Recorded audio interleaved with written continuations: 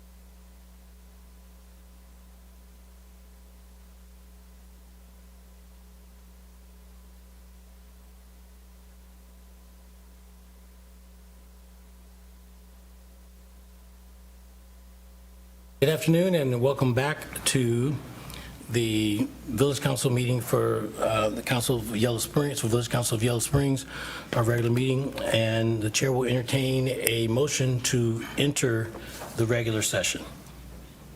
So moved. Second? All those in favor, let's do a vote. All those in favor? All right, all those in favor, let's say aye. Aye. Any opposed? Just walk out of the room. All right, so we are here. Excuse me, we've just come out of executive session to discuss the employment and compensation of a village employee. We're now back in our regular meeting, and we will open the floor for any announcements. Was somebody going to come? You've got one. I've got That's the two. next meeting. Okay, thanks. I've got two. The fire department has given us a notice, celebration of Denny Powell's life, the fire chief for Miami Township, is going to be May 31st, 2025 at 2 o'clock at 120 Fairgrounds Road in Xenia. That's at the fairgrounds. We will put this up on our webpage and we'll post it in the building too as well. The chamber has also sent me a AC Service is hosting Community Appreciation Day, 11 to 1 on May 30th. Food, music, game, and fun. So, Sounds like fun indeed. and then the pool is being filled All right, currently. Yes, the countdown. good to know. Yes. Good to know. Any other announcements, please? Oh, yeah, I have a few. First of all, and I don't know if we have a photo or not, but I wanted to give a big shout out to Tanner Bussey and the village crew for getting our first deer fence around the community garden at Bill Duncan Park. Yes, and I want to extend that shout out to Carmen, because Tanner and Carmen worked together to come up with an ideal solution that is sustainable, that is going to actually keep the deer out, and also that's really nice looking. So this is facing off, we actually have a monarch butterfly garden that's been installed, so that's going to be really cool. And there's a nice gate so people can go in and check that out and look at all the great stuff that the community is growing. And next stop will be the Corey Street Community Gardens. We, the Environmental Accounts Commission, approved funding for fencing for both, so it'll be the same kind of solution, a big fence around the perimeter. And very exciting, Bill Duncan is full. So we've got full house of community gardeners there, and lots of folks that are talking about Corey Street once we get that fence up. So really great stuff. I also wanted to, and actually thank Nancy Grigsby, who's been taking the lead on getting those organized, and she's the contact person if anyone's interested. Other thing I wanted to mention is between our last meeting and this meeting, Mike Turner, Representative Mike Turner's office reached out to us. And some may remember that last year they submitted an earmark for $2 million to build out the Yellow Springs Clifton Connector Trail. That bill never passed, but there's another round of legislation. They want to submit our project again. So this would be an amazing thing if we can make that happen, connect the township, the village of Clifton with Yellow Springs. And this has been a project that folks have been talking about for over 40 years. So we got all the information in, so we'll see what happens. We'll let you know. And last thing I wanted to mention is one other shout out with Earth Day, since I wasn't here last time. It was really cool, Johnny, thanks for highlighting that at the last meeting and how well it went. But I also wanted to highlight how cool the grapevine was this past issue. And it was Catherine Zimmerman that said, You guys should just have a bunch of those and hand them out, because the centerfold was all the great environmentally sustainable things that the village is doing, has been doing. Having an environmental commission really helps with that. And so, kudos to Ben, Johnny, and the team for developing a really nice document around that. Thank you, Brian. They love it. And Jennifer Rosengarten was the star. She's our new chair of the Environmental Commission. She made it so fun. She had this water table, and all the kids were loving it, and I just sat back and watched, hung out. All right, that's what I got. Cool, great. Thanks, Brian, for all of that. Anyone else with announcements? All right, seeing none. Excuse me. Moving on to our consent agenda, where we have in the consent agenda the minutes of our last regular meeting and the credit card statement for April. The chair will entertain a motion to approve the minutes of the May 5, 2025 regular meeting. So moved. Second. All right, all in favor, please indicate by saying aye. Aye. Any opposed, same sign. Hearing none, that motion is passed. Also, we'll take a motion, if you would, please, for the credit card statement for the month of April. So moved. Second. All right, all in favor, please indicate by saying aye. Aye. Any opposed, same sign. Hearing none, that motion is passed. All right. Gavin, if you could, please read the petitions and communications. Seems like a There trick are question.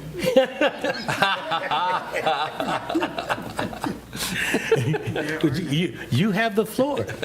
Would you like to say something? Okay. All right, we're moving on, and thank you again for everyone's participation so far. All right, now we're here to public hearings and legislation.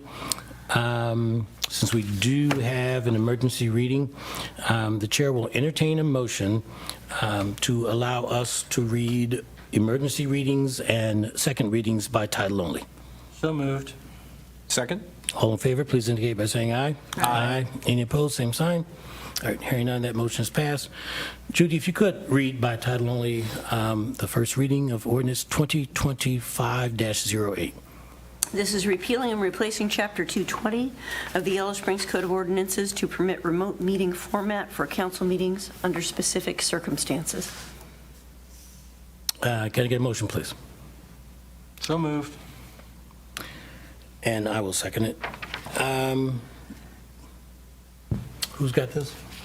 It's the same thing we've been talking about. This is just the new and updated version that we told council we was bringing back to be able to minimize it. One question I had is, nothing's underlined or bolded, so is this all new language? No.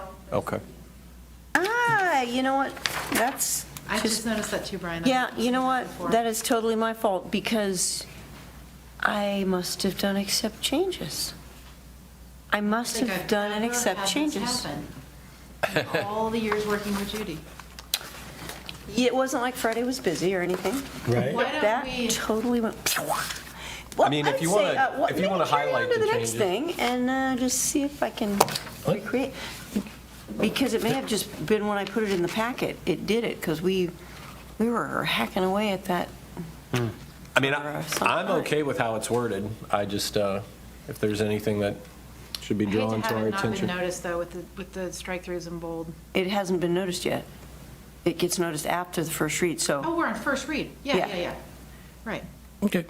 So we just need to finish discussing this, let the changes happen. Well, I would say what's relevant is the parts, what's here is what will apply to you. So, I mean, that's worth looking at and saying, yes, that is in fact what we wanted. We wanted to be able to do these things. And then I need to get you the prior version so that you can set them side by side, but ideally, I've still got the tracked version. So I had the same question Brian did, but then I assumed this was probably the final version. The language around the remote participants, like, I didn't totally understand that language. I thought what we were moving toward was that, remote, not council participants. I thought we were moving toward a citizens comment in person. Correct. And the language, it wasn't totally clear to me that that was what we landed on. So I just wanted to make sure that's what you meant. It was what we meant, which, because this room is open during a hybrid meeting, so a person can still come here and they go on camera for comment, but they're participating remotely, essentially. They're not zooming in, they can come here and, I'm not sure that that's what I meant, Judy, when we were working through it. I thought that the way it's drafted right now, and I have the version in front of me with the strike-throughs, and I'm going to attempt to forward it to Ben and see if we can get it maybe pulled up. But I thought what we had discussed was that the public would still be able to speak via Zoom, but that if there were quasi-judicial hearings, though that would not be able to occur via Zoom. And I think that might be what the final draft ended up looking like. so my understanding was for a fully remote meeting, yes. For a hybrid meeting, no. For a quasi-judicial hearing,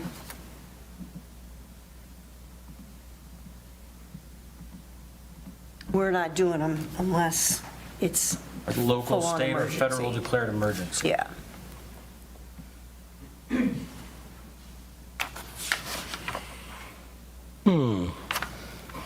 All right, so you're saying both, yeah, I'm not seeing strike-throughs for either of the online version or the I mean, packet. there's no strike-throughs in it. But this, it's just a little, I think we all landed on the same place. What we wanted was a council member could be there and could be on Zoom if needed, but that we want to take away the citizen comment ability in that hybrid setting, right? That's what we wanted to have happen. In the hybrid setting, So correct. if you want me to give a rundown, just verbally of the main. Can you bump the tracked version to everybody? Yes, but I don't know that it'll do as much good in the moment, will it? I mean, I can send it to them for sure, but the changes that are in there that should have been bolded in paragraph A, there's language that says that during any local, state, or federal declared emergency, or upon the determination of necessity by the president of council and in conjunction with the manager, that is new language, the upon determination of necessity by the president of council. In conjunction with manager. The purpose of that being, that would allow a meeting to go fully remote, even if there was no local, state, or federal emergency declared, in the event of, I don't know, several members being ill, but still wanting to move forward with the meeting, or we talked about snow issues and things, although in that case, we probably would have some type of local emergency declared, but maybe not, that we'd still be able to go remote under the ordinance. And then subsection B didn't change at all. In subsection C, there was other language that just got lobbed off the end. It was additional language that talked about what remote technology meant, and we took all that out. It's superfluous, didn't need to be there. And then D changed quite a bit, subsection D. All that language about quasi-judicial hearings shall not be held remotely except during declared emergencies. So the intent of that would be that council could hold a remote meeting to approve legislation or do general business. But if you had some type of hearing that you needed, if you were holding a hearing on generally zoning changes, that would not happen via remote. And so I had thought, Judy, that we had settled on a place where we would still be able to have public comment by Zoom in a hybrid meeting if somebody else was attending by Zoom, a council member. But if that's not the intent, then we can clean that up on second read. That's certainly up to council, however you want to handle that. There was then 3 additional large sections of the ordinance that we just chopped off because they were unnecessary. It basically said that you'll still abide by all sunshine laws, and the presiding officer will run the meeting, and language that just didn't need to be there. So that's all been cut. But you'll have a red line before next reading. And if you want to make it clear that if one of you is remote and speaking, nobody else can be remote and speaking, then we can make that change. think that's what we want. That was the intent. I think that was the intent. And just for the record, a lot of this is, or some of this has to do with technology and efficient and effective technology, based on the fact that we've made having meetings in this room the absolute best it could be for now, and changing that presents technical difficulties. Are we waiting to bring that up, or are we moving I on? think he might be trying to. Okay. And just, we're having personal growth. I'm using my table mic and Yeah. he's trying to learn Yeah. something. Well, while we're doing that, so I did watch the meeting. I don't really remember hearing a rationale for if one person's remote and speaking, they're the only person remote and speaking. So can someone explain what they're thinking? For council, good. If I understand it, saying that 2 council members can't be remote and speaking. I don't think it's meant that. I think what we're trying to do is, we were trying to say, basically, we're trying to prioritize in-person meetings for both Yeah. citizens and council, and essentially saying, just leaving a door open that in the event of emergency or need, that a council member could be remote. And I suppose 2 council members could be remote. That was not the intent, I don't think.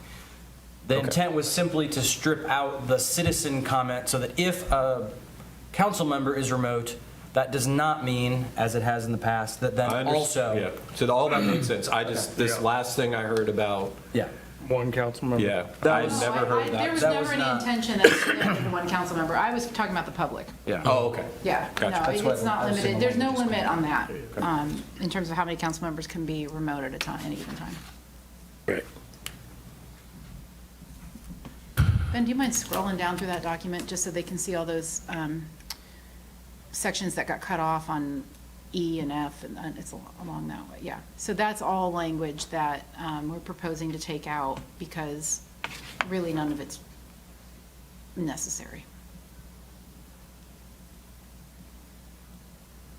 Yep. Okay. Well, anyway, it looks, because I know I followed the discussion, and it looks like this accomplished the goal to me, so. Yep, I agree.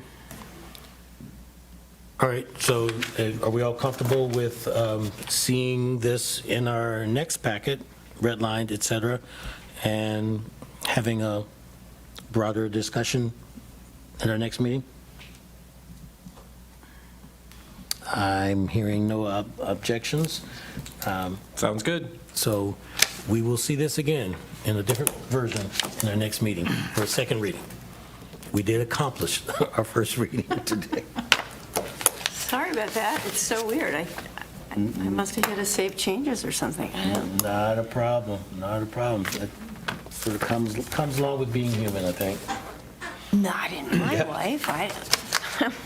I'm not pleased, but okay. Okay, all right, so we are moving on to our next piece of legislation. That's emergency reading of ordinance 2025-09. Judy, if you could read that by title only. This is approving a 2025 second quarter supplemental appropriation and declaring an emergency for the Village of Yellow Springs, Ohio. Can I get a motion in a second, please? So moved. Second. Thank you. Johnny? Yeah, this one's me. Yours, yep. This is a supplemental for the later coming, if you guys approve the boiler to be repaired, this is the funds that is needed. This was not planned for, and I wish it would have never happened because it's a lot of money. But it is for, the quote for the boiler was $207,000. The quote for the AC condenser is almost 11, for a total of $217,876. I asked Michelle to put in a 10% contingency just in case they find something that is above and beyond what they've looked at already. So the supplemental will be for $239,665 to repair the boiler and the AC in the Bryant Center. Council, questions, comments? This is the second time we've heard about this, because Johnny did introduce it at our last meeting, and it is being presented as an emergency now. Comments, questions? How quickly will the turnaround be on getting It'll it repaired? take probably 2 months. 2 months? So we are hopefully getting them in here by mid-June. Okay. And it sounds like we need to address it, but we have it under control until then? As soon as I give them the green light, they're going to come drain the green glycol Gotcha. that is currently leaking. Right now, they don't want to drain it just in case. Right now, we have buckets in place. Yep. And the reason why it is an emergency, I'll go ahead and tell you this before, is it has got one of the interview rooms shut down, and there's a bucket in the ceiling of dispatch right now catching it from going on the ceiling pad. So we need to be able to get it under control. Okay. Anything else from council? All right. With this being an emergency reading of an ordinance, we are going to open a public hearing. So the public hearing is now open. Does anyone from the public want to comment on us setting aside funds to repair the HVAC here in the Bryant Center? Floor is open. Going once, going twice, going 3 times. All right, the public hearing is closed. This is an emergency authorization. Judy, if you can go ahead and call the roll, please. Yes, Hausch. Yes. Brown. Yes. DeVore Leonard. Yes. Stokes. Yes. Thank you. All right, thank you, everyone, for that. Our next legislation, excuse me, is Resolution 2025-28. Judy, if you could do that by title only. This is repealing Resolution 2017-15 entitled Refusing to Annex. Can I get a motion and a second, please? So moved. Second? All right. This is Sherry, you want to start? Yep. Oh, you're up. Hello. Hi. All right, so there is a memo included in your packet with this resolution. The resolution from 2017, as Judy said, entitled Refusing to Annex, I believe was triggered by some events that were happening at the time. I'm sure Brian could weigh in on that if you want more information on it. But at this time, you know, all annexations that are going to come, that could potentially ever come before Village Council are at Village Council's discretion. It's your determination as to whether or not to accept an annexation. So a blanket refusal to annex just muddies the waters, and there have been annexations performed by Village Council since this resolution took effect. So as I said in the memo, I think best practice would be to repeal it. And then Johnny also put information in there about the urban service boundary, because I do think there's been maybe some conflating of the two things over the years in terms of, you know, what annexation means for utilities and what the implication is of the urban service boundary. But happy to answer any questions you have. That was one of the other things that didn't make it in the packet was the urban service boundary picture. It says there's a picture. Oh, it's, It's in the on the online. Huh? It's on the back side Okay. right For here. whatever it's worth, it didn't make it in the PDF that was in yeah, the email. it is. Are you looking at it online? Yes. I'm just, No, it's a Oh, PDF. this, yeah, this is the PDF. The same thing goes both. Yep. it didn't come through on mine for some reason. Well, what I saw was in black and white. Go ahead. You No, I got was the just going floor. to ask you to email it to me. I can. Okay. I'll send it to you. Feels like it would be a good thing to be up to date on. Yep, Thank you. I'll send it to you. It is linked in the clerk-based memo, or it does appear in the clerk-based version.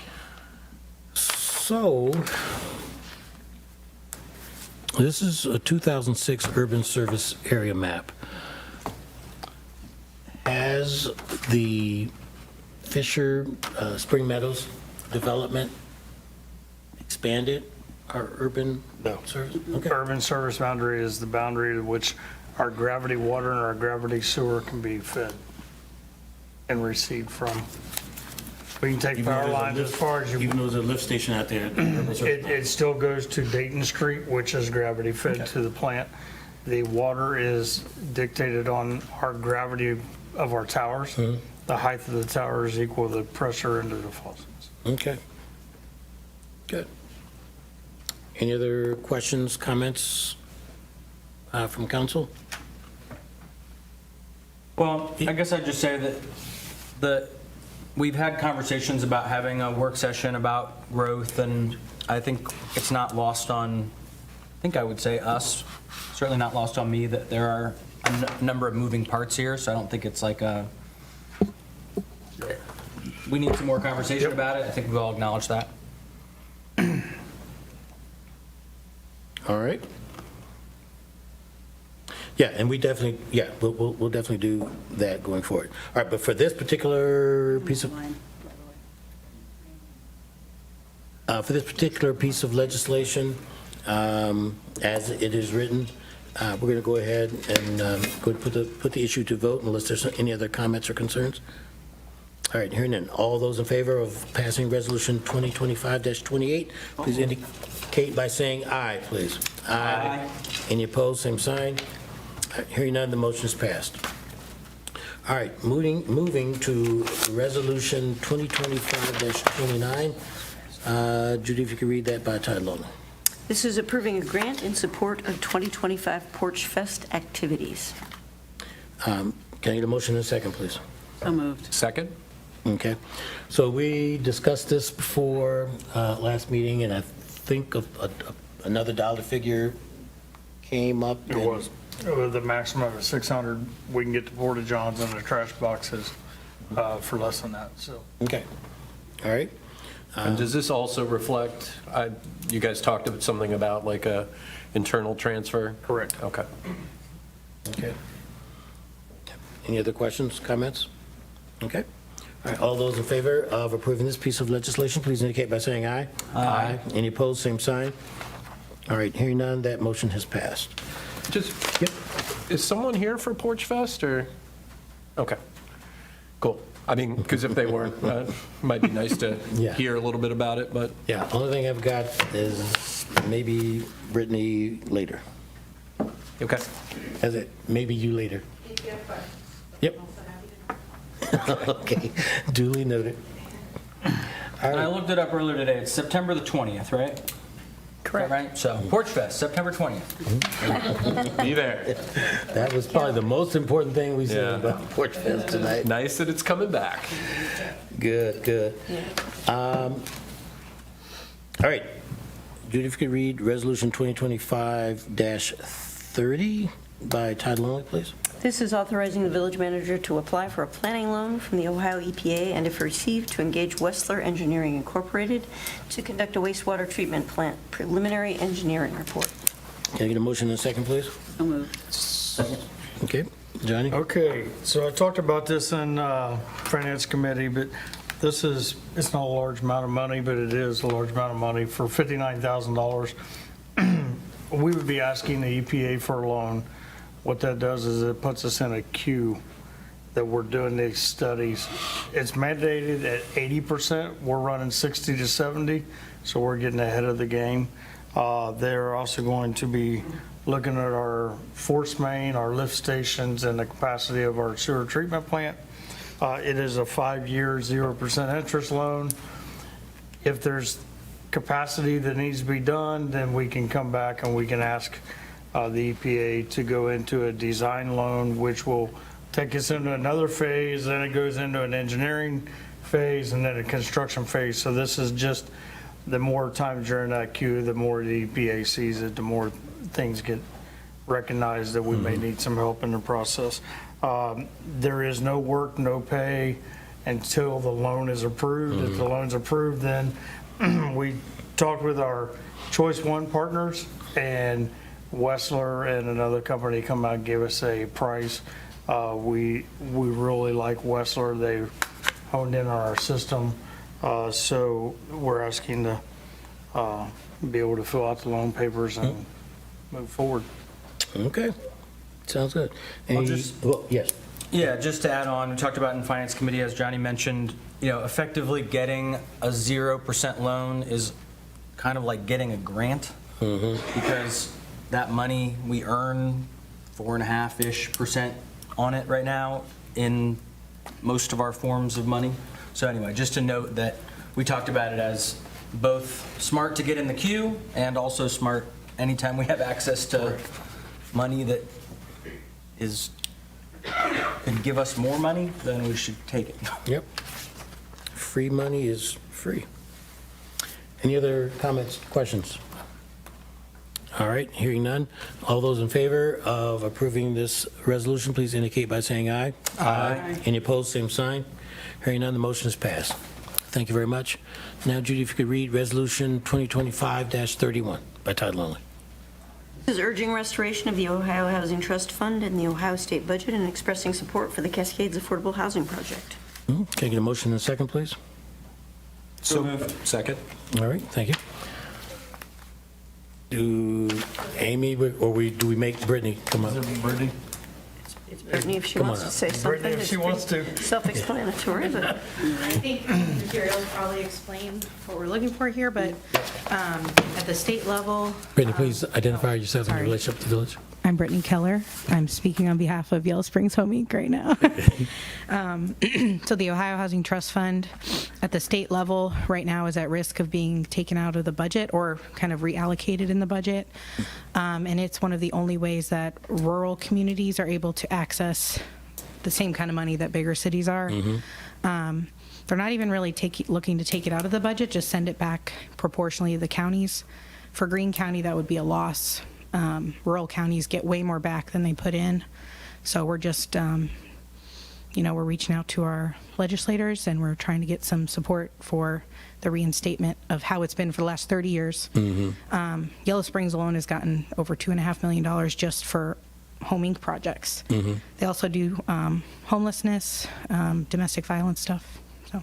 Okay, all right. Any questions for Brittany while we have her? Okay. It wasn't too hard, was it? Thank you, appreciate you. All right, any other questions or comments? I'll just say I'm appreciative of you bringing it forth. I mean, this would be a major loss. I have friends, colleagues, mentors who worked on this, getting it in place in Ohio, and it would be there's a number of things that are on the chopping block right now. This is a big one. Yep. All righty, well, let's make sure we do our part on this one. All those in favor of supporting this piece of legislation, please indicate by saying aye. Aye. Any opposed, same sign. All right, hearing none, that motion is passed. Thank you very much. And Judy, if you could now, please read by title only, Resolution 2025-32. this is authorizing the village manager to enter into a contract with MSD Incorporated for emergency repairs to the Bryan Center HVAC systems. Can I get a motion in a second, please? So moved. Second. All right, now that you've got some money. Yeah, hey. I just included all the material in there. You can see that we've been trying to get this as low as we possibly can. We had them split up into 4 sections. Fortunately, the first 2 sections have the leaks right now. So I had them split it up into 1, 2, then the 3 and 4, or total. It doesn't really make sense because as soon as we fix the first section and second section, it puts more pressure on the third and fourth. So while they've got it drained, there is just like a $3,000 savings to be able to do it all at one time. So we're going to ask to be complete one time, one shot, and be done with it. Good. Yeah, that was the question I was going to ask about, so any financial advantages of doing it all at once. Is it simply the time it would take to charge the system and then discharge it again? Yeah. And the other thing they're doing is they're adding in isolation valves to where if this happens again, we don't have to take the whole system down. Good. And we're also talking, it's 4-inch copper. And it was put in first, and then you got the duct work, and then so this is not just fixing the plumbing. They've literally got to take lights down, they got to take ceiling grid apart, they got to take HVAC parts down, so it's not going to be an easy one. Gotcha. And great thing is, it's all on the first floor. It don't affect the second floor at all. Well, good. It could Sorry be for worse. PD and utilities, Yeah, it but could be worse. And the kids, Johnny. What about the kids? no, it's on the other side. Okay. It don't affect the kids All either. right, good. So it's low pain. Well, the pain is paying for it. Yes. But in terms of operations, certainly minimize upheaval in that regard. Alrighty. Additional comments, questions for village manager regarding this piece of legislation? All right, seeing none. All in favor, please indicate by saying aye. Aye. Any opposed, same sign. All right, hearing none, that motion is passed. Thank you very much, all of you, for your participation.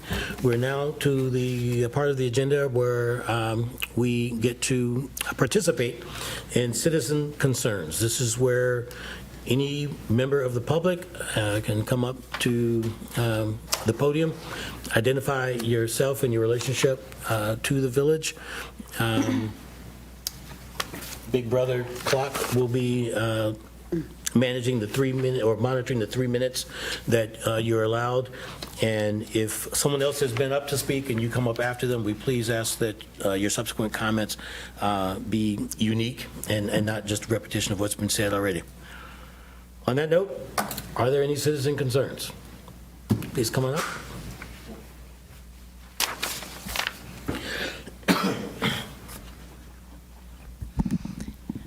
Good evening. My name is Jacinta or J. Williams. I live on Whitehall Drive and recently returned to Yellow Springs after getting a job in Cincinnati in 1974, retiring over in my family's house base on Whitehall Drive. Is there a place where I can find the chemical compounds that are found in our tap water? Because I've always drunk spring water or distilled water when I've lived elsewhere.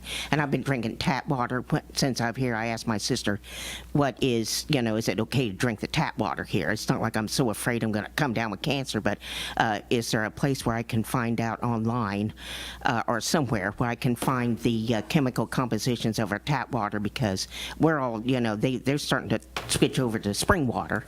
And if our tap water's fine, I'm not going to go out and start buying my own drinking water, So the water's been fine as long as I've known it. It's not like drinking city water. That's something else. I mean, I can understand that. But where can I find the chemical compounds of our tap water? I'll give you my card, and then if you send me an email, I can get you the right information you're looking for. All right. Thank you very much. Stay tuned for about 5 minutes. I'll give you even better news. All right.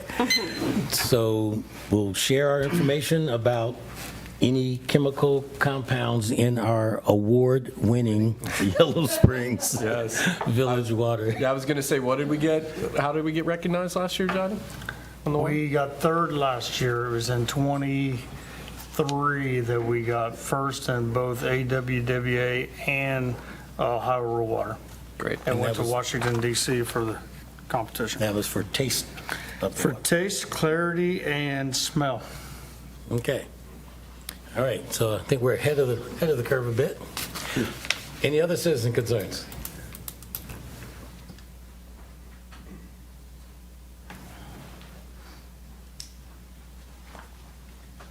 Good evening, everyone. Hi, April. I'm April Wolford. I'm a community member here in Yellow Springs, and among the things that I do is I participate in the Yellow Springs Pride Planning Committee. So I'm here representing the committee tonight to bring some good news.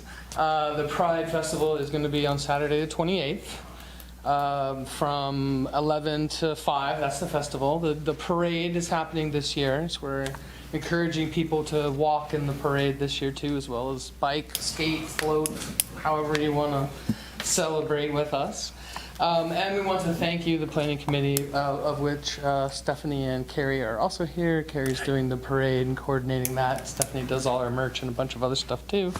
But we want to thank you for all the support that you've given us in the past and continue to give us with support from the police department, the security, the fencing, the logistics, and the funds that go into making that happen. So we definitely wanted to say thank you for that, and as a thank you to say that anybody, the council members and employees, are welcome to get a complimentary Pride shirt if you come over to the merch booth at the festival and talk with the folks who will be there.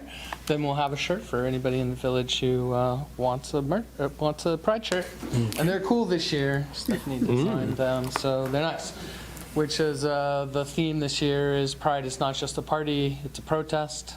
So we're encouraging people to make signs, and we'll have a sign making station at the Pride entrance so people can make their signs even when they get there. Nice. So we also would like to know how you'd like to get involved. We'd love to have a float, or if you can bring a group to walk in the parade with us. However you want to, participate. A utility truck, if we could get maybe the fire department to bring a truck, especially the young folks. They really love that. And is there somebody in particular I could contact about that? Is that Florence or? For truck, any vehicles. Or it would be Paige or Florence, or you can email me. Okay. Just email me. All right. And then that way we can just like know who to talk to about all the different aspects. But everything's up on yspride.com, so everything for our vendors, our food vendors, our sign up for the parade, sign up to volunteer, all those are in place. So so check that out again, yspride.com. Great. And thanks. If you have any questions, we're here to answer them for you. Thank you, April. Thanks, Appreciate it. April. And by the way, for a fire truck, township, so maybe talk to Marilyn Moyer. Yep. Great. Yes, Pride is one of our signature events in the village, and it's been amazing how it's expanded over the years. Thank you guys, and thanks to the team. Yeah, I'm excited. Great. Thank you. Any other citizen concerns? Oh, great.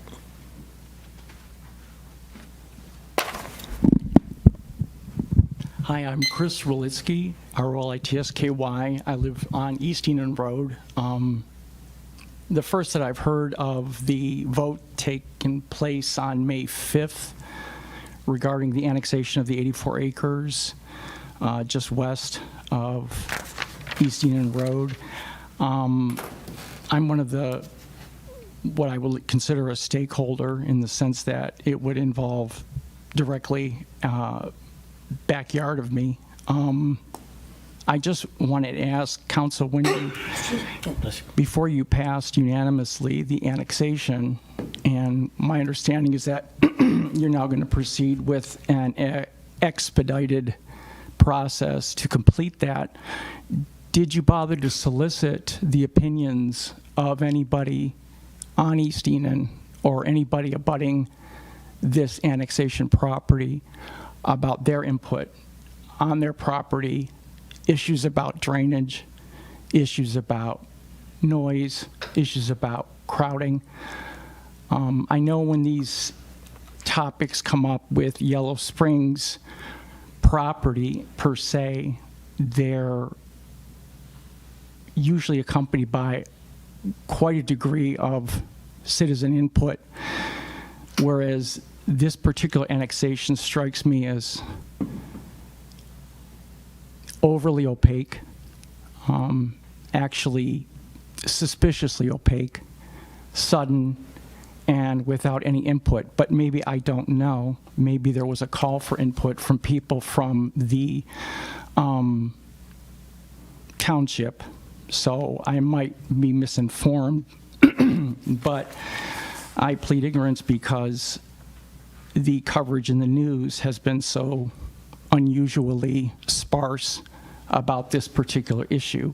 My understanding with the donation of the 3.5 acres of this property owner to Yellow Springs for the new girls' soccer field was in exchange for an extension of utilities and a right-of-way to this property. I did not know that the true quid pro quo here was annexation of these 84 acres. And so I just like some feedback about this process, and maybe you can assuage some of my concerns about the lack of transparency and what seems to me gross indifference to the people who are actually going to be directly affected by this. Thank you. Thank you.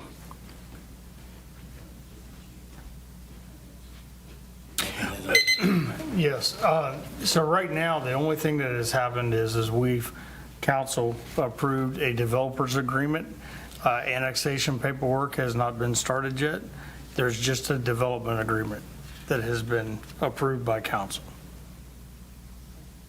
Okay. Can you explain what that means? Because I won't be redundant, but I'm also a homeowner on that street. Amy, do you want to? Sure, thank you. Absolutely. I wouldn't want to just sit there. It's more fun to get up. Okay, so the agreement that council approved on the Jones property, this is the closing the loop on the documents that were executed between the Joneses and the school district for the donation of the land for the soccer fields. In those documents and in those meetings and discussion, there was, as a matter of fact, one of the details in that agreement was then the next steps would be this type of development/annexation agreement with the village. So that document has now been approved by Village Council between Village and Jones. It's for, the intention of it will likely be an expedited Type 1 annexation, which means that the next steps will be conversations with Miami Township, and then another document, an annexation agreement between Village and Township will be executed that will allow for the annexation documents to be filed with Greene County. At that time, then there's other steps that we'll have to take under the revised code. There's a whole process in terms of, it'll be filed with the county approval, and then it will come back to the village for final approval and acceptance of the annexation. So we're several months away from the annexation taking effect, but that'll be the process and how it'll play out from here. So council will hear a couple of other meetings, at least 2 more meetings where you will have legislation on your agenda related to this annexation. One will be approving an annexation agreement with the township, and then one will be approving the annexation itself.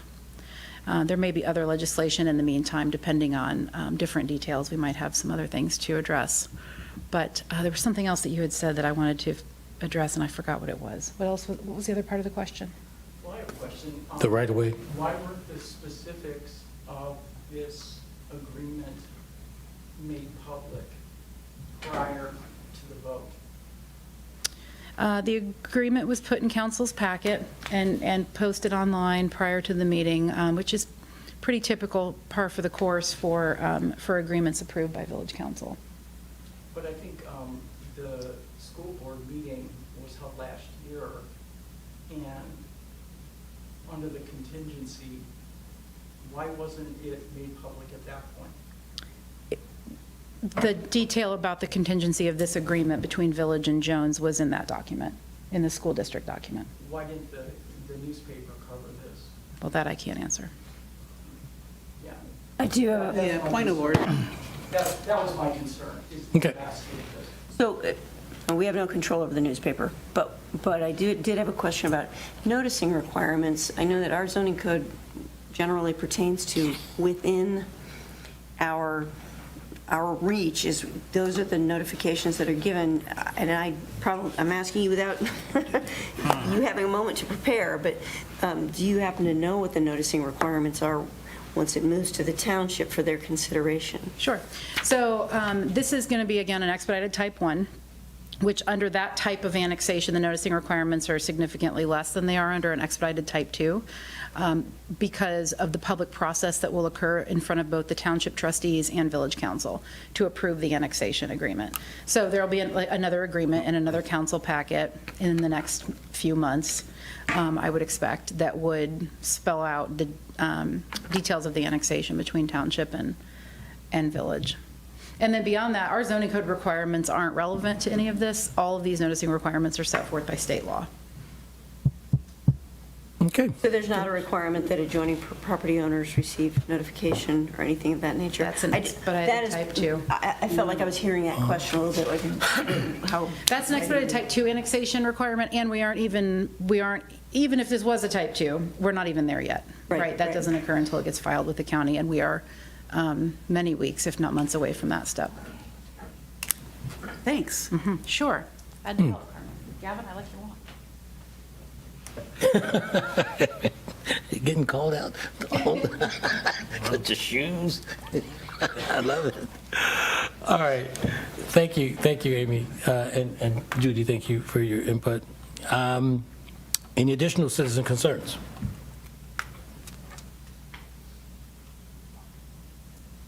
Okay. Seeing no activity. And ma'am, did your question get answered? To the best of my ability to understand it, yes. Okay. Good enough. It is a convoluted annexation is a convoluted process, and I don't mean to be legalese my way through it. It is just it's a statutory step-by-step process, but And it seems like there's significant. So let's not have too much conversation away from the mics. There's the school board, there's the county, Yeah. there's the. Yes, the school board Yeah. will not be involved at this point forward. From this point forward, it'll strictly be village council and township trustees, and Greene County commissioners. It will, Miami Township. I'm sorry, did I say the different township? Yes, Miami Yeah, Township it's trustee. yeah, it's. Okay. Cool beans. Last call. Any additional citizen concerns? Before we move on to special, yes, Riley. Hey, my name is Riley Dixon. I work for the Yellow Springs News. At no point in the school board's process was it made public that 84 acres was a quid pro quo for the soccer fields. The only public documents that were made available to me as a journalist, as well as the public, were the 3.6 acres that were in exchange for the existing Morgan fields. I guess I would just like to put that on the record. Thank you. Absolutely. Thank you for that clarification. Every document. I'd be happy to talk with you. No, that confirms what I thought. Okay.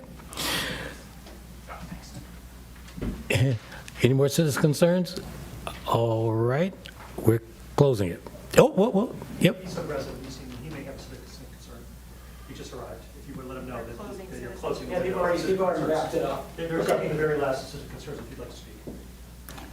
I'm here to listen and support my neighbors. All right, good on you. We appreciate you.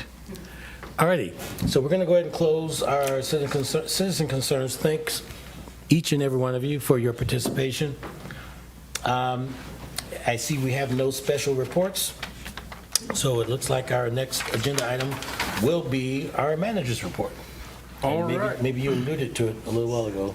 I did. Hey, so breaking news, we did the water competition again, and you have the first place winners of Yellow Springs, Ohio, for the best tasting, best clarity, best smelling water in the state of Ohio for the rural water area. Well, So, and it was 75 was a perfect score, and we scored a 69. okay. So Brad and his team will be here next council with the trophy. You also see that some social media stuff coming up tomorrow that shows the trophy with the guys at the water treatment plant. We attended the Greene County annual. We attended the Greene County annual breakfast. I wanted to highlight that we are 6th in economic development on residential and commercial buildings out of everybody in Greene County. We are the number 6. We're making some headway on getting some things done.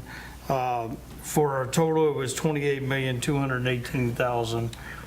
So we'd probably be up there with the schools and things this time again next year. And then Ohio Rural Water, Brad and myself, Jeff Horn, Kevin Martin, Ben Sparks attended that. We got some great training.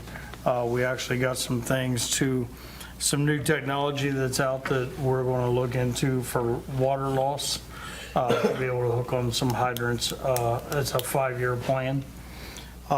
Newest member of the team, Matthew Hall. He is a local fellow that come to work for us, doing a fantastic job. He just wanted to be part of the village team. So he is working with Tanner Bussey and Parks and Streets, and you probably see him out as on a mower. Brian, he helped with the fence.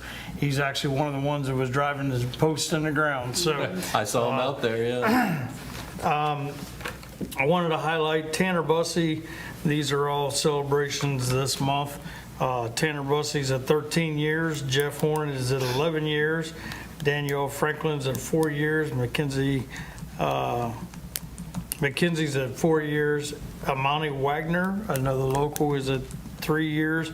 And our own Ben Gunther back here, celebrating 2 years. Great. The next, I'm going to have somebody else say the name. I think it's Cipollini.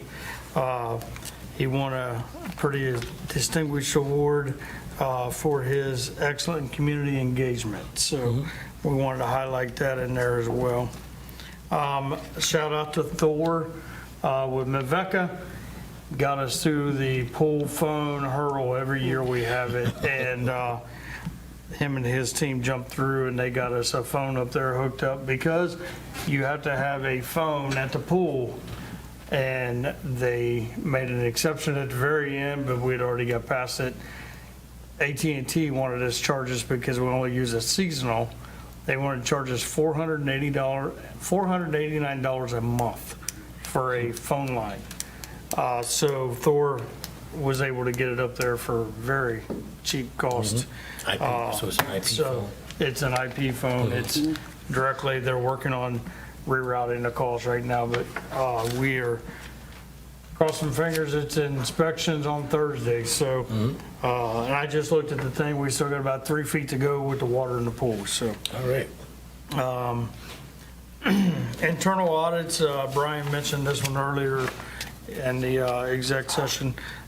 We've been doing internal audits on utilities with staffing, making sure that we're running as efficient as possible. We're getting information when the people call the utilities or villagers call, asking questions, they're double checking for the email addresses, for the phone numbers, and making sure that we have all the correct information. So that is an ongoing thing that we've committed to, and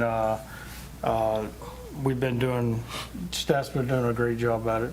Another thing that we've done is we're switching over to an electronic method for clocking in, clocking out, and taking the human error out of the time cards and I can't remember, so we're doing that as well. So that's another part of another part of it.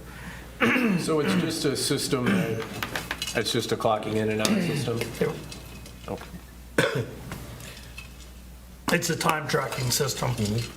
So to keep track of your days off and to keep track of your vacation time, it's all going to be done with the system where they clock in with their computers or with their phone.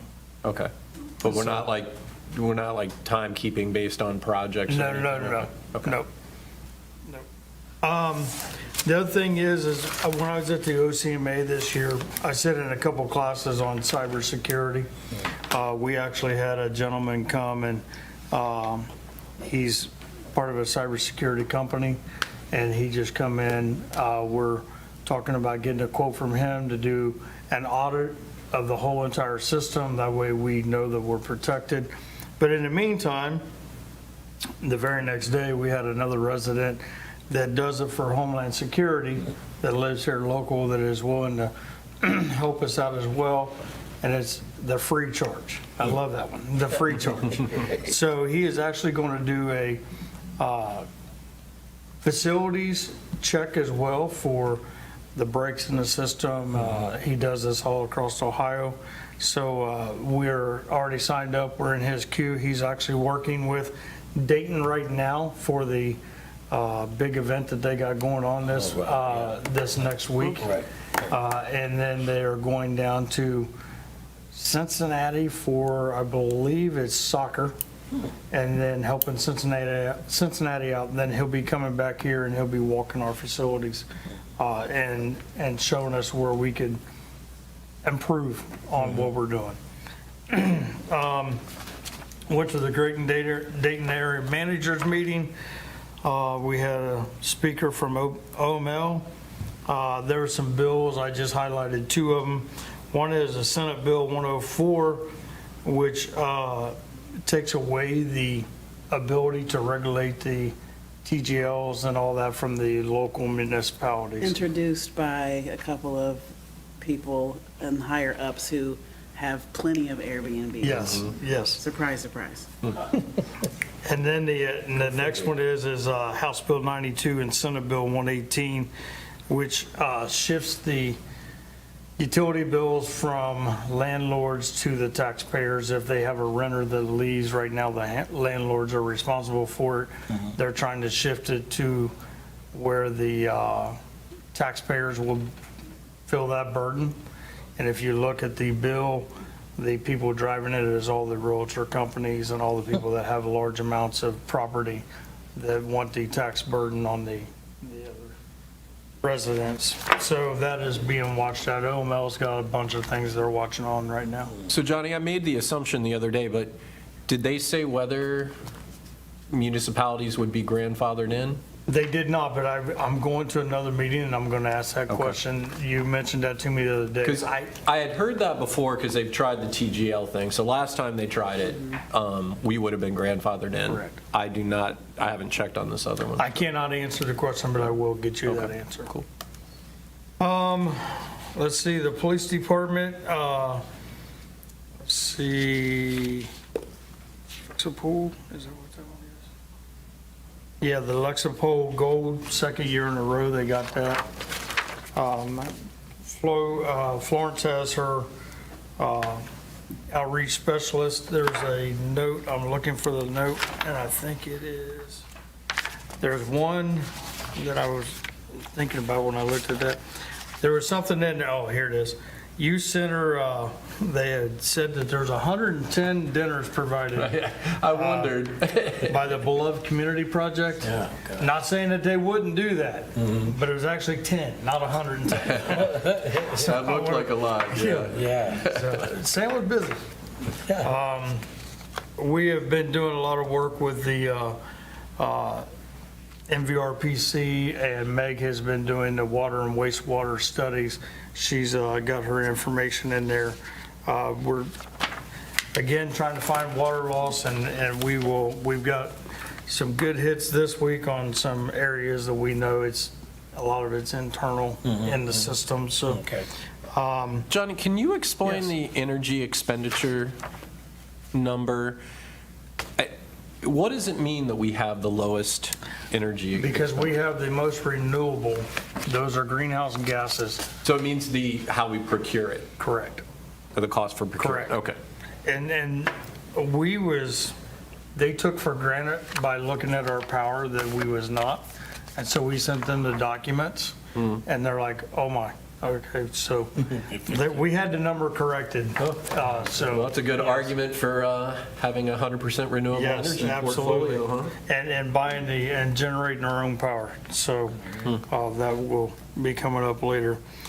We had a great meeting with Xylem, which is also known as YSI, in town. Myself, Meg, and Elise Jardullo met with them. We was there for about 3 hours. We got a grand tour. They do some phenomenal work. You will see them listed in our next grapevine. They're going to give us a overview of what they do so the community can know as much as they do. They do a lot in that facility, and I was blown away. I know somewhat of what they did with the water industry, but they got their hands in everything. So they're about 130 employees actually are in place there. During COVID, they had their finance committee or finance people work from home, and he said the ongoing joke is they don't know where they're at anymore. So they're still working from home, and that works for them. They're doing a fantastic job. So about 70 of them went outside the village to work remotely from home. So Planning Commission, they're coming back June 10th. Windsor is for the Antioch Windsor project. The COBRA, we signed on to a COBRA administration this week. We had a need for it, so we was actually able, because we switched to OBC for insurance, we had to get another provider because it was through a different broker. And the pool credit is listed on there again. If you're filling a pool, give us 24 hours notice so we can come out and read your meter so you don't get charged sewer rates for the water that you're not going to put back into our system. Brad's information, he treated about 20 million gallons in March is what he treated on the wastewater system. You'll see some new hydrants. Adam and Lucas are changing a couple of them out this month. So you'll see that the electric guys changing out broken poles and rotten poles. Rose and Travis went to a conference. They're back. They're changing out the electric meters as well. And they're actually, we're putting in 2 more collectors because we have so much online now, we have to spread out the amount. So you'll see a couple more collectors on the poles coming up here pretty soon. The deer fence, Brian's already got that as well. Tanner and his staff has been working on getting that up, and then we'll be moving over to Corey Street after that and get that cleaned up as well. Kids Summer Chess Camp is coming up, July 14th through the 18th. You can look on there and you can figure out where to get signed up. And we are moving forward. We got 13 new followers on Facebook and 3 more subscribers on YouTube. And if you pause, I got something else I forgot it in my office, and then I'll be back. All right. So, You can start talking, Kevin. back in the old days when we used to go to drive-in movie theaters, remember the commercials? So Kevin, right when Johnny started, a gentleman walked in and asked if he could make some comments. Sure. So. Yeah, just Come coming on up to the mic. to the mic. Yeah, it's official. So, so we need you to identify yourself and your relationship to the village, please, before you begin. And the one, Your name and where you live. oh, I live in here, I live in Township. Yep, okay. What do you call it? Miami Township? Not a problem. And my name is Mike Breza, B-R-E-Z-A. And I've been a resident of Yellow Springs, 1976, so do the math. Yeah. Well, of Miami Township. Yeah. And that's what the subject is about, is the little article we had in the Yellow Springs paper really caught my attention. Okay?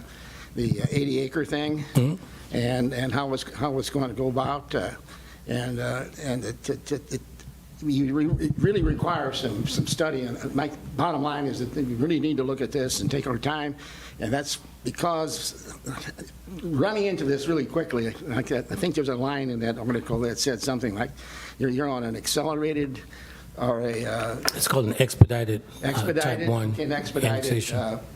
path. So that can mean all kinds of things, okay?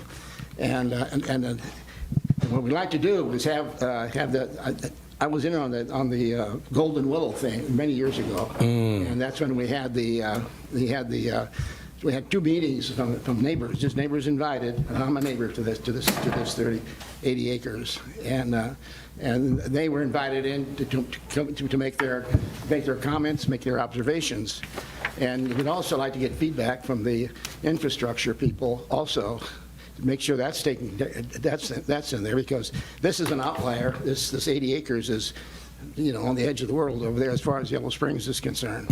And it's on the Jacoby Creek, what do they call that? The land?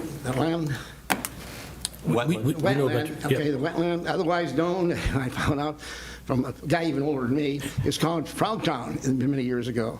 Okay. And that's where, in the wintertime, in summertime, you go out there and you can't hold a conversation because the frogs are just, it's a din like this. But anyway, there's been some work on that, on the new high school there, and the construction people are coming in, and they're right next to this big old 10-foot deep ditch, okay? And this is a ditch that takes off, and I think you and I had a conversation about this one time. Johnny and I had a conversation about this. Which way does the water go?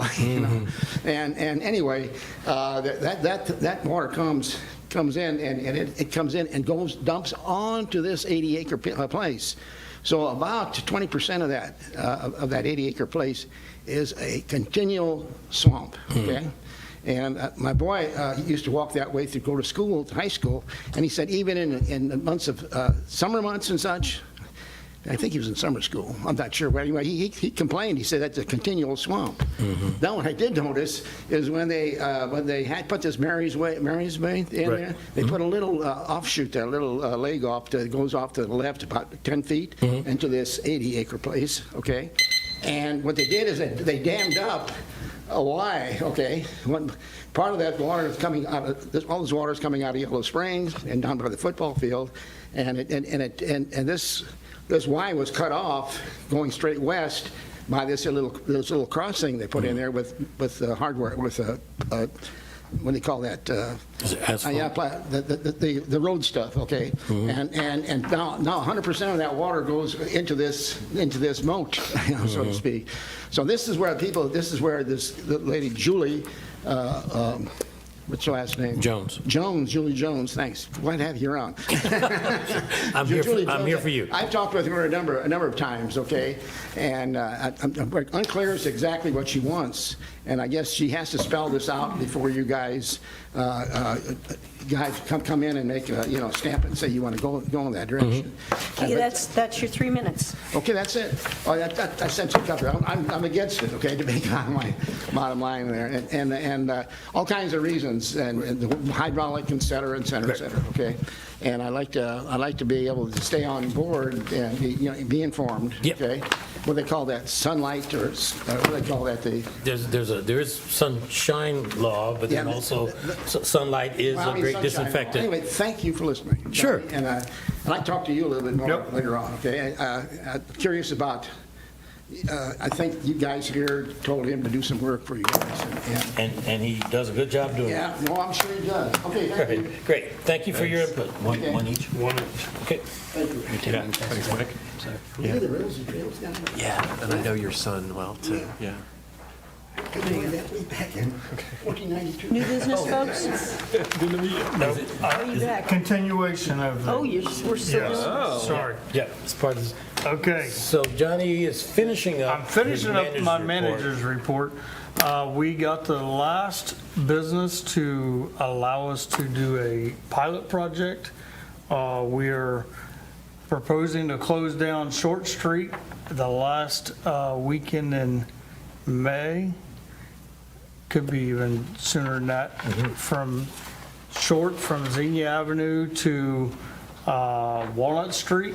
And we've got picnic tables, we got benches, and just a place for people to come downtown if they want to eat. There'll be porta-johns down there because we need restrooms at that end of town to see if we can create a spot to have people congregate and take it. Yep. Yeah. To congregate, to stay downtown. If they're downtown, they're going to be shopping. They're going to be doing some other things. So the Chambers, Community Foundation, the Village Team, Brian and I have talked about this for many years. There'll be bicycle parking down there. There'll be some other things, some other scheduled things that we may have down there. But we would take it down the week of Street Fair and then put it right back up after Street Fair because they've already got the booths rented. So this is maybe to free up some of the spaces in the sidewalk where people try to eat. They can just go across. So we'll provide trash cans, tables, benches, maybe even after the street fair, we're talking about putting the tent back up into, if you got a rainy day or if you got a sunshiny day and you want to get out of the sun, they can go there. But the bathrooms will be on the Walnut side. All this will be inside the concrete barricades. And then we would take 2 spots on Xenia Avenue in front of the bank, and they're going to be designated as handicap parking because we're losing some parking on the other side. And then we feel that we can gain about 5 spots on the Walnut Street in front of the Community Foundation and right there by the Porta-Johns and right there by the Red House, which was Bob Baldwin's years ago. That doesn't need to be non-parking now, seeing as how traffic is not coming out there. So we're going to lose about 3 or 4 spots. We've worked with the bank. They're willing to let us try it, and we're working with the Presbyterian Church maybe to allow parking on the other side by the grass. So I just want to give you guys a heads up of what we're talking about, what we're thinking about, trying to bring the crowd back downtown and keep them. If they're downtown, they're shopping. So what are the dates where the street? I want to say that we're even going to try to set it up. I don't know that we're going to have the tables. We'd like to get it set up before this weekend, but I don't think we're going to have the tables and the benches. So it will probably be, it's maybe the end of the month. Set it up for a weekend. It's going to be an easy setup, easy tear down. Then we got street fair in a couple weeks, and then we can put it all right back out there right after street fair. Awesome. Do we still have 2 big tents? We still have 2 big tents. One has a big hole in the top of it because it got wore out. I thought so. So, yes. Thank you, appreciate that. So, All right, good, this is great. I'm gonna tell you what, you know what 4-letter word came to my door? and I'm going to say, I'm not touching that with a 10-foot pole. Okay, just, okay, good enough, pretend I didn't say it. All right, well, this is great. Any other? I can't talk. I think these are just quickies.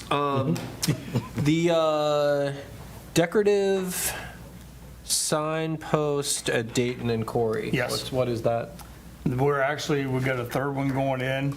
We wanted to spruce up that area a little bit. We was getting a lot of them that are being pushed over, so we beefed up the pole and put them there. Okay. And let's see. Oh, someone asked me right before the meeting, so is the intention to have fireworks on the 4th, like usual? I will answer that. We have a 4th of July meeting, but it was normally scheduled on the 4th. It will be on the 4th. Okay. But I will give you a guarantee as soon as we have the meeting. Cool. Let's see.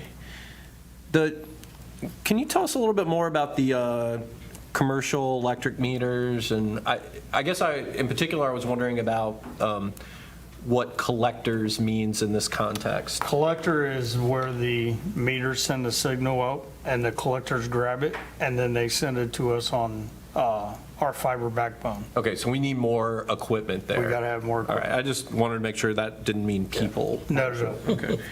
And then there was a reference to new banner poles. The new banner poles, they were scheduled to be drilled today. So there will be 3 sets of banner poles going in. The wood poles, one of them's on the electric down at the other end of town, and it gives us a problem on our 3-phase line. So we have steel poles that are 30 foot tall. We're putting them on concrete bases. There'll be a new set of banner poles at Davis and Xenia Avenue by the library. That will be now considered a south end banner because it's protected by a lot of houses and trees. The wind's not going to be an issue. It's going to be on steel poles. They will replace the poles, the wood poles right here by the train station. And then there's another set of banner poles that's going to King Street. So we'll have 3. No matter which way you come into the village, you'll know what's going on if there's an event happening. Very cool. Okay, so we've been talking about this, but now These poles were bought a year ago. That's how long it's taken to get them in. Yeah, okay. So we'll stop doing banners at Allen? We will, yes, banners at Allen will no longer be a thing. Okay. That's what I had questions about. Okay. Along with the banners, just so you know, there will be, if you remember, council agreed to allow us to extend the lighting up that one block, so you'll see some lighting going in that matches the downtown lighting up to the library, which will help the library as well. Right. And then I guess we had this on the table. Are we talking about the We Rita we thing? will talk that after the new business. Okay. Any other questions for those managers regarding his report? Yeah, I got a couple things. So just following back up on the village goals process, what should we expect next? Like, I'm assuming there's going to be sort of like timelines or, next steps on parts of the goals. I was thinking about when we started how we used to have like the village goals like in the manager's report as like, here's how it's going on the stuff. So just throwing it out there as might be worth thinking about and just checking to see if there was any process that we should be waiting for or anything. I want to talk with you after, because I'm not clear, and I don't want to be here all day, but I want to have a conversation with about what you mean. Okay. And then the other thing I was going to check in about is heard, I just feel like there's been a bunch of different community conversation about the wellness center. I just want to get a temperature check from you, I guess, and then from council members to see, as we're sort of being brought into the conversation by people, and rather than sort of be, I don't know, on our back feet or something, wondering, is this something that, can we sort of talk about it, look into it a little bit, see whether it's something that we should have any relationship with? But just wanted to get a temperature check to see how folks felt about that. For myself, I can just tell you, I've been listening to all the conversations and being caught up to date on what has been said, not been said. I will follow the direction of council. If you want me to have conversations with the college, if you want me to look into other things, you guys just let me know and we'll do what we can to facilitate it. I don't know if we need to make it a business item or whatever. I think this is one that I'll try your new rule on. Yeah. If you guys want to just you can't participate. If you three would like to make a decision to something you would like for me to check into, then I simple would yes like or no. more information, sure. Okay. But I guess a majority of us are supposed to say that, right? Yeah, Carmen, do you have a take on it? I need to know what more information needs. Like, how far are we asking staff to dive into something that may or may not be dive-inable yet? That's why I'm leery about speaking on it in either direction. Yeah. I was just We don't thinking. have any parameters set. Yeah. And so it's important for us to have a parameter. Yeah. I guess the parameter I would have in mind would be, no more than 4 hours, I guess, like hopefully it takes an hour. That's like, make a few calls, see whether this is a sort of an important community asset there's been a lot of concerns about, and so just wondering if it's something that we should engage on. So does that answer your question in terms of parameter? Yeah, it does. Yep. Are you But I also good? don't have an opinion about it right now either way. Okay, so then we'd be at a 2-1, but not a majority. So I guess I could bring it up at the next meeting. Maybe we'll have 5 council members here and see if we can get I don't know, just. We didn't hear anything from Kevin's a council member. Yeah, but he's got conflicted. He's got a conflict. That's right. See? Conflicted. Yep. Conflict. That's not really my middle name. Kevin, Not contemplated in the it's flow chart. definitely, there's a pattern. Is 2-1 Kevin Stokes and the Conflictions. That's right, a new band. is 2-1 in the flow chart without I don't know. It's a majority of the people that are here, but not a majority of the 5. So I'll bring it up at the next meeting. Okay. Yeah, I could leave and then 2 is majority. I will trust that will be handled however it should be handled. There is no old business, and now we're into new business, and that business is the scheduling of work session regarding village capacity for expansion, and it sure shows, Judy, that you are running this item. I'm running this item because, I've been hearing the rumblings from every direction, and I do think it falls squarely in the purview of council to start that discussion. It doesn't make sense, for example, for Planning Commission to try to have that discussion, even though certainly aspects of it touch them, and they are very curious about what council's position there is. So there's curiosity from that direction. Gavin's brought it up a few times. What is our position here? How do we approach certain topics that have bearing on this? So I just thought I would just shine a light on the elephant in the room and say, well, it'd be a good idea to have a work session about this, and just, even if it's only to throw all of the different topics that align with it onto the table and look at, okay, how do you go around? Yep. How do you start looking at this dilemma? Yeah. So my first thought was, is this in regard to annexation, but it doesn't necessarily have to be. We've got Windsor, Spring Meadows, Yeah, right. annexation. I mean, there is a lot going on to potentially LIHTC, just, and it's affecting different kinds of housing, different forms of housing.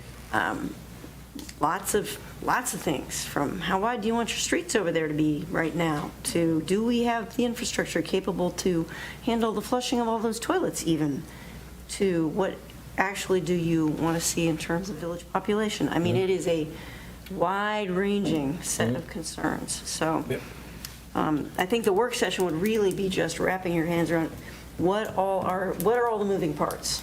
Yep.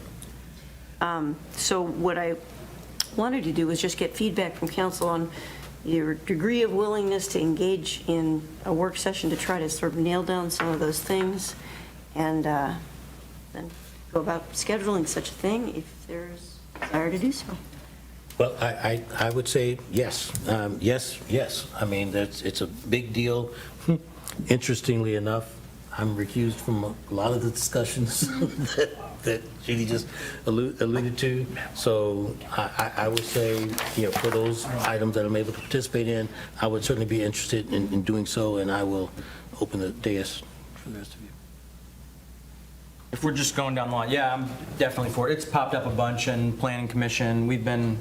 We're talking about all these things kind of piecemeal, like one by one, both at council and at planning, and I've been hoping for a conversation like this for 2 years, so would love it. Yes. Yeah, and I mean, Kevin, this should be something you're not conflicted out of, because, I mean, it's planning and philosophy and values. Yeah, I think it's very important that we look at this, because a lot of different things are happening more and more. Yep. Brian, this is for everybody, but SU in particular.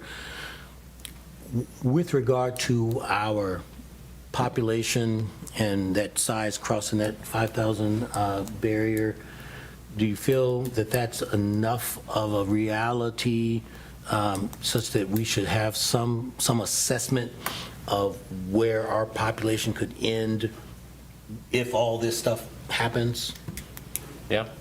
Well, I would also say that's a dangerous place to start. Okay. Because that's what happened in the 80s, and just the lids came clamping down on any expansion because it was like, oh my gosh, what if this, I think if it's approached from what capacity does the village have in terms of how can we fully serve how many people, that if you start from that point, then the comfortable position can be, all right, we figured out we can serve over 5,000 people, then now do we talk about, is that a thing we want? Because if your assessment says, ooh, you're pushing the limit at 4,000, why have the conversation? Right. Yep. All right, that sounds like we've got enough momentum, so is it just a scheduling issue at this point? You'll get annoying emails from me? They're never annoying, Judy. Oh, they I are always look forward to hearing from you. And I'll let you know if I ever regret saying that. Tomorrow. Yeah. All right. Okay. That's our new business. We're closing that item. Since this is our second meeting of the month, we will... I got one more thing. Oh, I'm sorry. I'm sorry, Johnny. I should have brought it up during the review of the agenda, but I didn't. I wanted to put this on your seats. We talked about it a little bit in Finance Committee. We did do some research, Brian. We got some reading information. We're just passing the information along. We did this 2 years ago where we paid $1 for every letter that Rita sent out for subpoena. The return on that was they sent out 782 letters and they collected $72,000 from unpaid taxes for income tax, which we still have, I think is 38,000 that is not collected. But we just want to let you know that we're going to move forward with that again this year. We're going to send out the kind letter, and then Rita, we're asking them to put their number on there so we don't get flooded with the calls, and that way people can get a hold of Rita directly to fix their issues. Well, okay, so are we doing it like in 2023, so there are letters and subpoenas going out? Correct. Okay. Correct. And so, and partly I wanted to make sure this was brought to council because, you know, we talk about it in finance committee, but I want to make sure that that we are all good with that, or a majority of us are good with that process. I think it looks good, so I support it. Yep. Sounds good. I support it. Rita's sort of like it's an enigma to me because I don't do my own taxes, so I never have to deal with them. Well, I do other people's taxes, but not my own. But yeah, this is, and that's absolutely a great return on the cost that it took for us to reach out to people, so it works. Yeah, and it's also it's an administrative subpoena, so it's not as scary as it sounds. So, which is part of why it's $1. But, Correct. Yeah. And that's probably an important clarification. Yeah. That needs to be we're not put out there. not hauling people into court. Right, absolutely. Okay, any other comments on this item? Okay, and so please forgive me, Johnny, for overlooking that, but we are now to board and commissions reports, and I would ask that if there is something in particular that a board or commission liaison would want to share, please do so at this time. I don't have anything in writing, but if anybody, I would recommend that people watch the planning commission meeting last Tuesday if they have any questions about what's happening in the planning commission. I will take that under advisement. Yes. Check it out. Yes. Late night viewing. Okay, you have something? Library Commission, I'll touch base on that If one. you'll, yeah. The Yellow Springs tree, the book tree. The tree of knowledge. That is owned by the village. Okay. So we have taken it off the Library Commission's plate, and the village will be handling 100% of that. The other thing is, we also got some good feedback from the library and Justin sometimes on some meetings, but the biggest thing is that is no longer on their plate. So not coming out of PACC's budget? It's not going to come out of PSCC's budget, it'll come out of the building maintenance fund. Okay, Because if they was to leave, the tree would still remain, it is owned by the village. okay. Yep, thanks for that, Jen. Okay. Any other board and commissions highlights?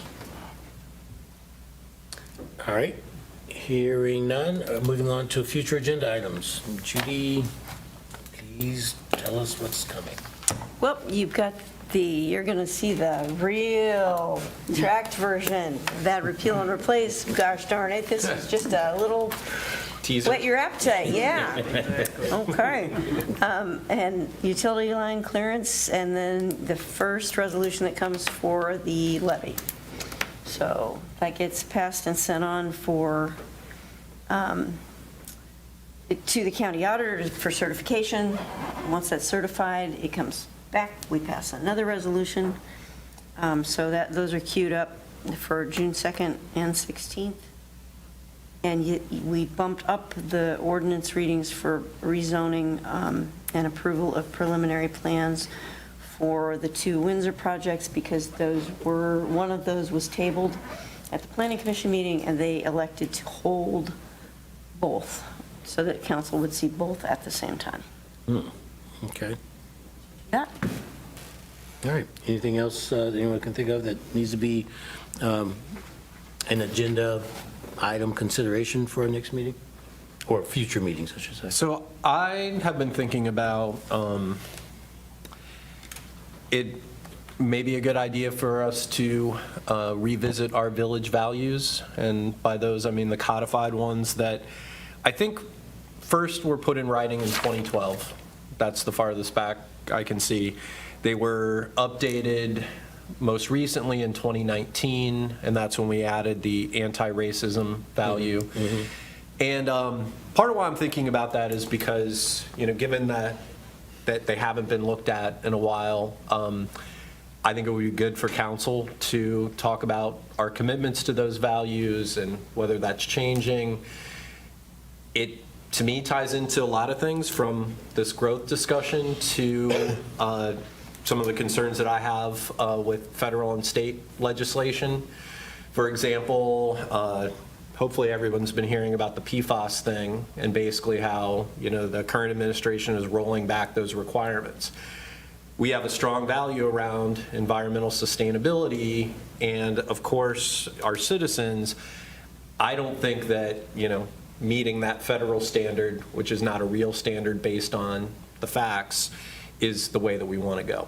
And so that's my idea, is that I think we should spend a little bit of time looking at our village values from 2019, see where we're at 6 years later, and then go from there. All right. Are you offering to lead that discussion? Yes. Okay. Sounds good. Next meeting or later? I think it's sooner would be better. Okay. Now that we've just, we've got goals fresh in our head, and so I think it's relevant. Okay. Can you note that for? If we have time. Yeah. Well, we'll balance everything out, and then, yep, good, great, thanks. Anything else? Anything else for the good of the order? It's 7:30 somewhere. Okay, I'll make a motion to adjourn. Is there, all in favor, please indicate by saying aye. Aye. We are adjourned. Thank you very much, everyone.